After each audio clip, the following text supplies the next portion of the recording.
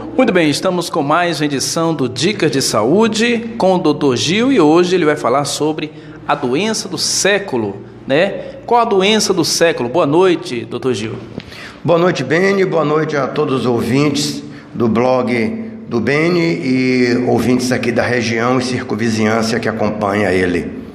Na verdade, a doença do século é a famosa, o estresse associado à depressão, que realmente está vindo para ficar. Quantas outras doenças, elas também uma frequência muito grande, mas quem não teve um estresse, quem é que nunca teve uma depressão na vida, assim por diante. E quanto mais as pessoas se preocupam com o trabalho, o desespero do ganhar dinheiro, de doença de família que sempre teve, mais estresse, mais depressão ocorre na população.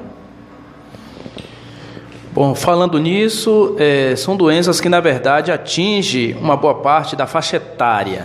Que mais ou menos quantas pessoas correm o risco de sofrer futuramente com essa doença, doutor? Na verdade, o estresse infantil sempre teve e assim por diante, mas quando começa na fase adulta, que vem aquele famoso duelo do trabalho, onde as pessoas querem ganhar o próprio dinheiro e às vezes insatisfatório, porque a gente vive num país capitalista, então quanto mais dinheiro, melhor. É como diz o povo, dinheiro não traz felicidade, leva aonde vai. Então a depressão veio para ficar. Então a depressão hoje em dia está se pegando em todos os ambientes, tanto familiar, principalmente no trabalho. Então a gente está pegando muito caso de depressão, a pessoa chega assim, vamos dizer assim, cabisbaixa, introspectiva, sem vontade de fazer nada, como se a vida tivesse perdido o sabor de viver. É aí que a pessoa pega em depressão. É claro que tem as depressões leves e as depressões mais profundas. As leves, a gente todo dia é acometido por uma perda familiar, uma grande perda financeira, saúde na família, assim por diante. E a gente consegue, vamos dizer assim, levar a vida em diante. Problema a gente sempre teve. Quando é um problema familiar, financeiro ou até de saúde, quando é um só, é como uma bola que a gente consegue ainda chutar ela.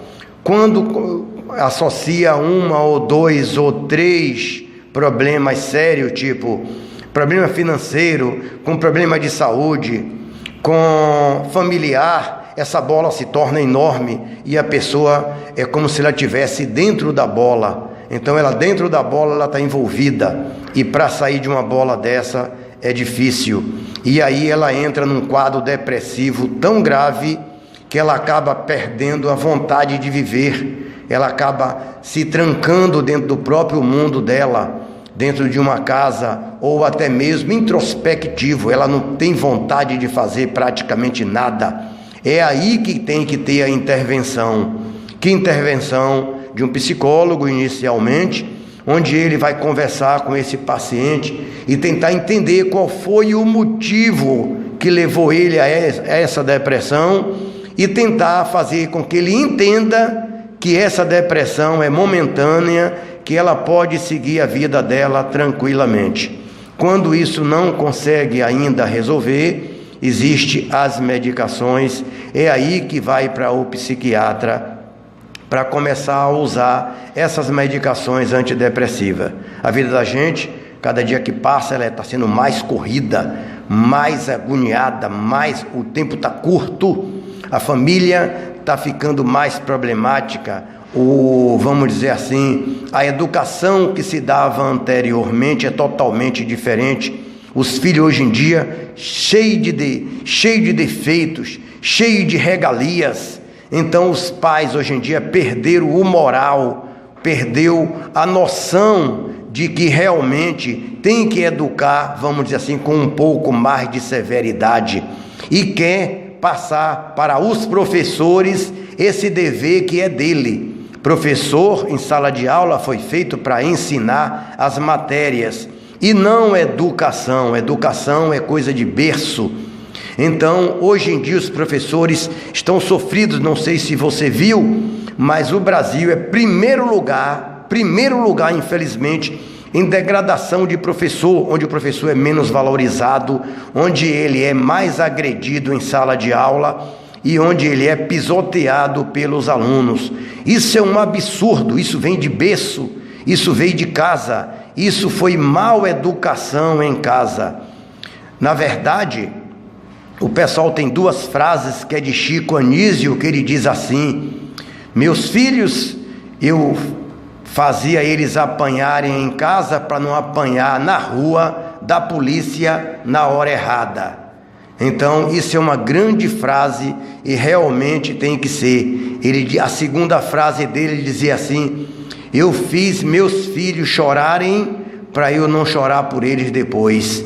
É uma grande frase desse filósofo Chico Anísio, que realmente compõe uma grande verdade. Eu nasci em 58, no meio de uma roça, junto com mais 8 irmãos.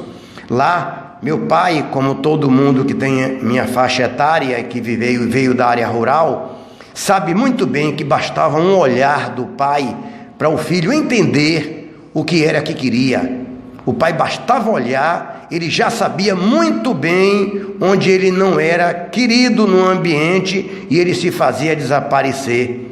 Então o pai tinha moral e tinha pulso para educar naquela época. Hoje, infelizmente, não é assim. Menino cheio de vontades, e aí os pais é quem vai sofrer depois. Isso podem acreditar, porque é uma grande verdade. Então, disso aí, dessa vida corrida que a gente tem, existe essa história dessa doença horrível que veio para ficar, que é a depressão, quando uma pessoa não consegue sozinha resolver os problemas dele e ele acha que esse problema é maior do que ele. É aí o quadro depressivo instalado. Ok, falando de depressão e dessa doença, doutor, quais são as principais consequências da depressão? Na verdade, a pessoa depressiva, ele praticamente deixa de viver. Ele larga o trabalho dele, ele deixa de ser produtivo no trabalho, deixa de ser produtivo principalmente no leito da família dele, que às vezes até depende dele, quando é uma mãe, quando é um pai. Então ele perde tanto financeiramente como afetivamente, quanto o trabalho dele também, porque ele se acha, vamos dizer assim, incapaz de fazer as coisas.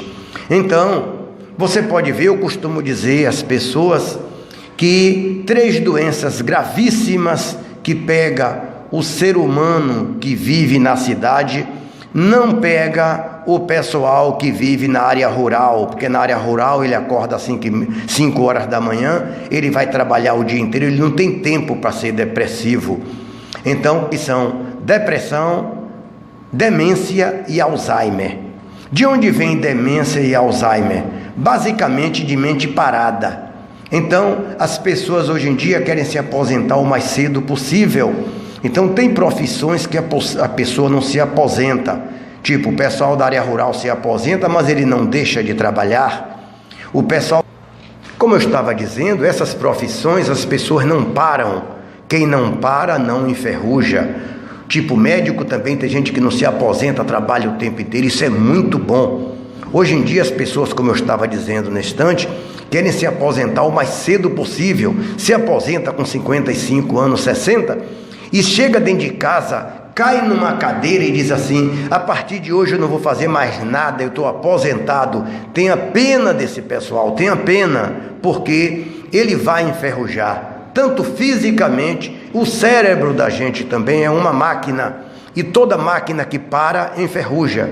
Ele se aposenta com 60, se tranca dentro de uma casa, acaba sendo o moleque de recado da casa, porque o aposentado é quem vai buscar neto, é quem vai fazer feira, é quem vai levar neto para um lado e para o outro, mas ele acha isso cansativo. Não, isso é estresse físico, estresse mental. Ele precisava continuar trabalhando. Ele trabalhando, o cérebro funciona, o cérebro funcionando não vai enferrujar. Então quem é que tem demência, quem é que tem Alzheimer? Geralmente esse pessoal que para e a mente para também. O cérebro, por ser um órgão como qualquer outro, uma máquina, você sabe que toda máquina que para enferruja. Então é para a pessoa nunca parar. Eu digo aos meus pacientes, principalmente professoras que se aposentam com 55 anos, assim: a senhora está fazendo o quê? Nada, não quero fazer nada. E a senhora vai fazer o quê? Nada. Eu disse: pô, Laura, por favor, faça alguma coisa, vá dar uma banca a crianças pobres, vá fazer alguma coisa, não pode deixar essa mente parada, senão ela vai enferrujar, e daí vem uma demência e depois vem Alzheimer. A demência são pequenos esquecimentos. O Alzheimer é quando ele realmente tem lapso totalmente de memória, ele praticamente começa a vegetar, porque o cérebro dele deixa praticamente de funcionar, ele tem esquecimentos violentos, acaba não reconhecendo até a própria pessoas da própria família do dia a dia. Então esse cérebro aí já foi, ele está totalmente deteriorado. Então o Alzheimer está aí também. Então eu digo sempre às pessoas: depressão todo mundo tem, mas a gente pode fugir dela. Demência e Alzheimer tem quem quer, porque se a pessoa começa a realmente não deixar esse cérebro parado, não. Eu, quando pego meus idosos, que em consultório eu tenho um tempo de conversar, eu digo: faz o quê? Nada. O senhor gosta de jogar baralho, dominó, coisa assim? Gosto. Então pronto, crie um grupo, vai jogar baralho, vai jogar dominó. Para quê? Estimular a mente, estimular a cabeça, estimular o cérebro a funcionar. Então você pode ver que até essas pessoas que têm filhos mais velhos, pessoas com 55 anos, 60, que têm filho, ele tem um estímulo para viver, ele vive até um pouco mais. Mas as pessoas que cedo, os filhos casam, saem de casa, ele acaba morrendo muito mais cedo, isso é indiscutível. Pode ver que a depressão pega bastante, principalmente quando é um casal de idosos, onde um morre, o outro não demora para ir junto, porque a depressão pega e ele não sente aquela vontade mais de viver, porque ele perdeu o companheiro dele ou a companheira. Isso aí é uma lição para a gente dizer que demência e Alzheimer tem quem quer, e quem acha que não vai ter está enganado, porque todo mundo diz que todas as pessoas mais de 80, 50% vão ter demência. Eu estou falando a nível de Brasil.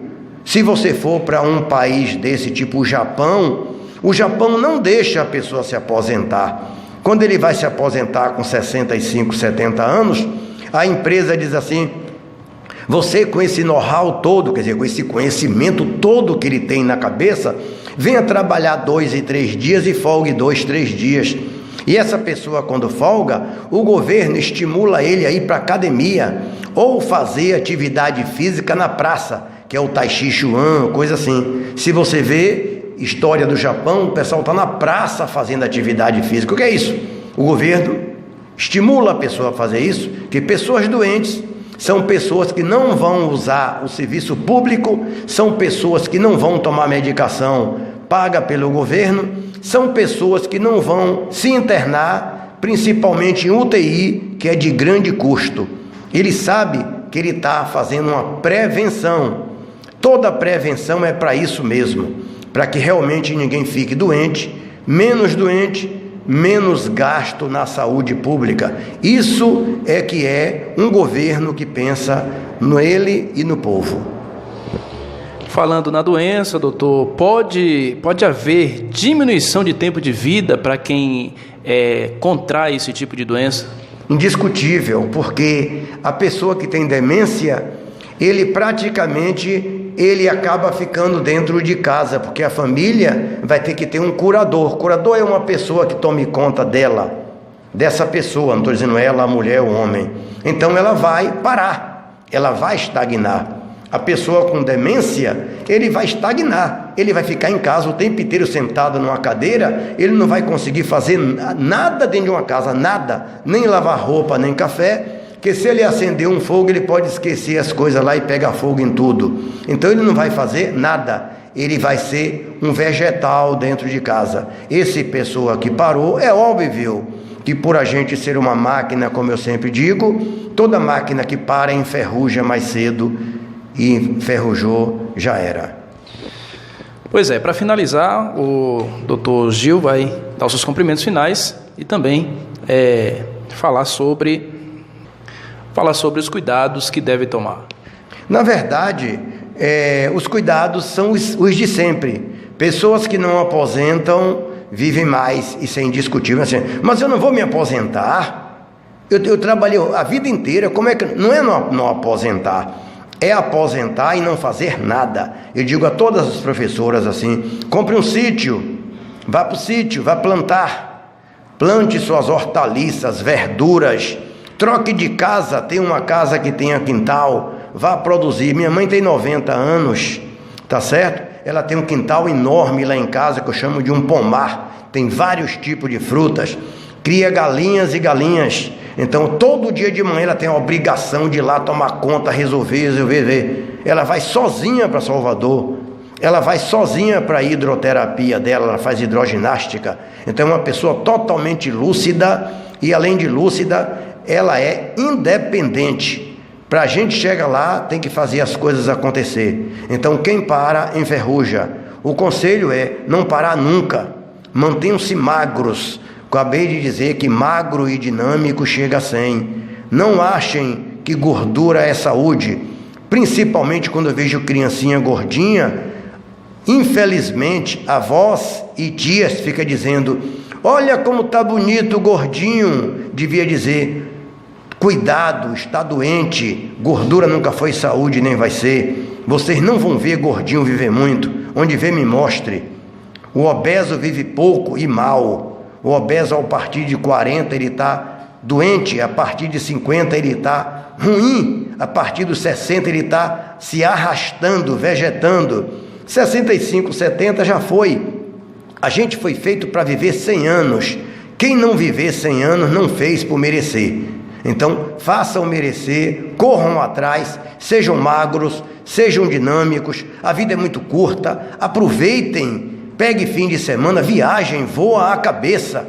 Existe tanta coisa boa para se fazer fim de semana. Quem gosta de pescar, que vá pescar. Quem gosta de bicicleta, que vá pedalar. Não é ficar trancado em casa achando que está descansando, não. A cabeça precisa também de um relax. Precisa de ter uma terapia assim de diversão. Então crie grupos de baralhos para jogar à noite, fim de semana. Vão jogar baralho, jogar dominó, assim por diante. Tem vários tipos de diversões que são praticamente gratuitas, porque o trabalho escraviza a gente.